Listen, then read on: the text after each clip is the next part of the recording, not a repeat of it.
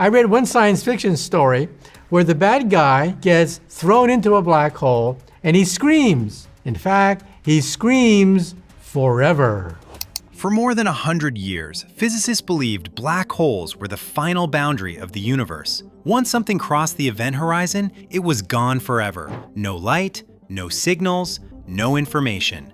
That idea became foundational. It shaped how we understood gravity, time, and the structure of reality itself. And now, according to new interpretations of observational data discussed by Michio Kaku and physicists working in quantum gravity, something about that picture appears deeply wrong. Not in a loud, explosive way, but in the most dangerous way possible, quietly. Black holes were first predicted in 1916 when Albert Einstein published his theory of general relativity. The equations allowed for regions of spacetime where gravity became so intense that nothing could escape. Even Einstein was uneasy about the result. He suspected nature would never allow such objects to form. For decades, black holes were treated as mathematical curiosities, strange solutions to equations, not real things the universe could actually produce. That changed in the 1960s. Astronomers studying the Cygnus constellation noticed something unusual. A bright blue star emitting intense X-rays. But the X-rays weren't random. They were being pulled inward, accelerated, heated, and stretched by something invisible. The star was orbiting an unseen object with enormous gravitational pull. Further investigation revealed the truth. The object had no surface, no visible structure, and gravity so strong that not even light could escape. The first strong evidence of a black hole. It was named Cygnus X1. That single discovery transformed black holes from theory into reality, and it immediately raised a terrifying question. If black holes exist, what happens inside them?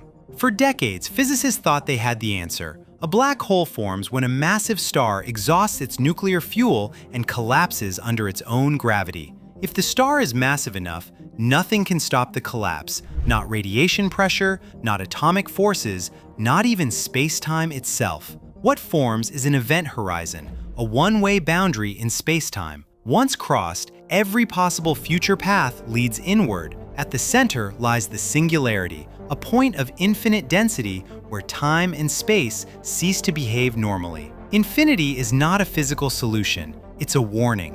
Physics' way of saying something has gone very wrong. Still, the classical picture held. Black holes were treated as cosmic dead ends, the final graveyards of matter, energy, and information. Then quantum physics entered the story and refused to accept that conclusion. Quantum mechanics is built on a fundamental rule. Information cannot be destroyed, ever. Not burned, not crushed, not erased. Even when matter disappears, the information describing its state must survive in some form. Black holes appear to violate this rule completely. Throw an object into a black hole, and all information about its structure, its atoms, its motion, its history seems to vanish forever. This contradiction became known as the black hole information paradox, and it haunted physics for nearly 50 years. For a long time, there was no way to test it. Black holes were too distant, too dark, too extreme. Physicists argued endlessly, but without data, no one could win. Then astronomy changed. Gravitational wave detectors like LIGO began detecting black hole mergers, ripples in space-time itself. The Event Horizon Telescope captured the first image of a black hole's shadow in 2019, and new observatories began probing regions dangerously close to the event horizon. That's when something unexpected appeared. The radiation coming from near supermassive black holes didn't look completely random. It showed patterns, consistency, correlations that shouldn't exist so close to an object where gravity is supposed to dominate everything.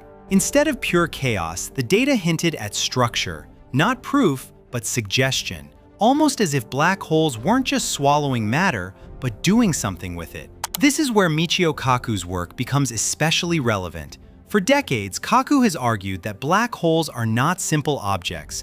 In theories of quantum gravity and string theory, black holes are dynamic systems, quantum objects, not empty voids wrapped in darkness. And now, observational data appears to support that idea. Some emissions near event horizons respond to changes in the surrounding environment faster than expected. Not faster than light, not violating relativity, but faster than isolation would allow. If the event horizon were truly an absolute boundary, nothing from inside could influence the outside universe. Yet the data suggests the boundary itself may be active, participatory. This is subtle, dangerously subtle, but physics rarely breaks in obvious explosions. It fractures at the edges. These observations have forced physicists to reconsider an idea once considered radical, the holographic principle. The idea that all information inside a volume of space can be encoded on its boundary. For a black hole, that boundary is the event horizon.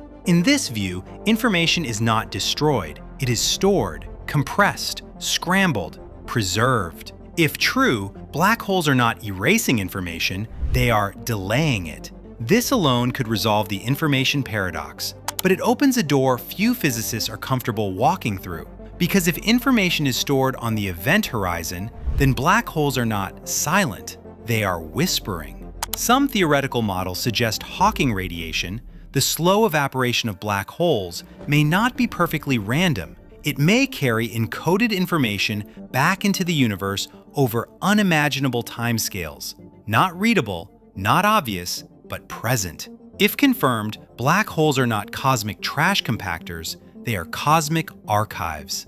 And the implications go even deeper. If information is preserved, then time itself may not be fundamental. The arrow of time, the difference between past and future, may be emergent, a statistical effect, not a basic law of nature. This is where the discussion becomes deeply unsettling. Some quantum gravity models suggest singularities never actually form.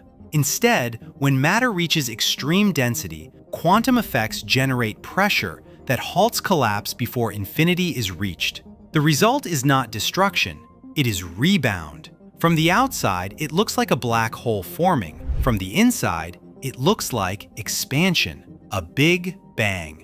This idea has led to one of the most radical possibilities in modern cosmology. What if black holes create new universes? In this framework, every black hole seeds a new space-time region, causally disconnected from its parent universe. Our universe itself could be the interior of a black hole formed in another reality. From our perspective, space is expanding. From the outside, space-time would appear to be collapsing. We cannot see beyond our cosmic horizon, just as nothing inside a black hole can see beyond its event horizon. The symmetry is unsettling. Even more disturbing are the equations. The mathematics describing black hole interiors closely resembles the mathematics describing the early universe. Extreme density, unified forces, rapid expansion, too similar to dismiss as coincidence. If this resemblance is real, then black holes may be mechanisms of cosmic reproduction, a multiverse shaped not by randomness, but by gravity itself. Michio Kaku does not claim proof. He is careful, but he has openly suggested that black holes may be gateways, not for travel, but for transformation. And this leads to an even more disturbing implication. If universes are born from black holes, then the laws of physics may be inherited, selected. Universes that produce more black holes produce more offspring universes. Over time, the multiverse becomes dominated by universes optimized for black hole formation. This idea is known as cosmological natural selection, and our universe is remarkably efficient at making black holes. If true, the constants of nature, the strength of gravity, the masses of particles, the structure of space-time may not be arbitrary. They may be the result of cosmic evolution.